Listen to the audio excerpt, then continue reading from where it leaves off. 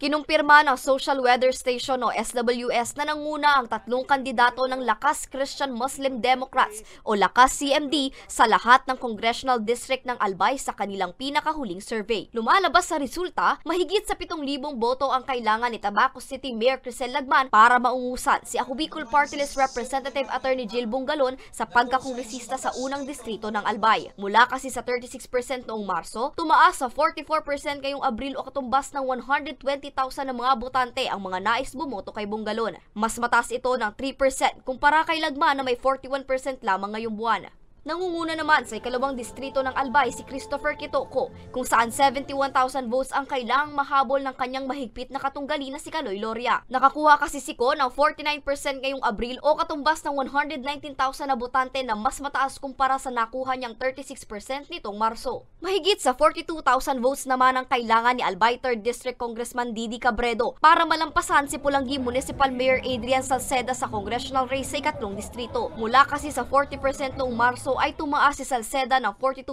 ngayong Abril o katumbas ng 143,000 na boto. Ang survey ay kinumisyon ng isang Rupert Paul Manhit at ginawa ng face-to-face kung saan 3,370 registered voters ang naging respondents. 1,065 mula sa unang distrito, 1,110 ang mula sa ikalawang distrito at 1,195 sa ikatlong distrito ng nasabing lalawigan na isinagawa mula March 29 hanggang April 5, 2025. Matatandaan na nanguna rin ang tambalang Joey Salceda at Diday Ko sa gubernatorial vice gubernatorial race sa Albay base sa April 2025 survey ng nasabing survey group. Sa survey, nakakuha si Salceda ng 44% na voter preference o tinatayang 418,000 votes na mas mataas sa katunggali niyang si Noel Rosal na nakakuha lamang ng 32% o 302,000 na boto kung saan kailangan pa ni Rosal ng mahigit 100,000 votes para makahabol kay Salceda. Nakitaan naman ang malaking pag-angat ang running mate ni Salceda na si Diday Ko na nakakuha ng 37% ngayong Abril o tinatayang 350,000 votes. Lumalabas din sa naturang survey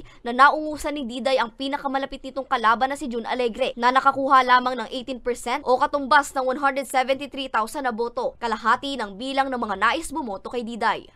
Para sa mga balitang Tatak Bicol, Angeline Dagta.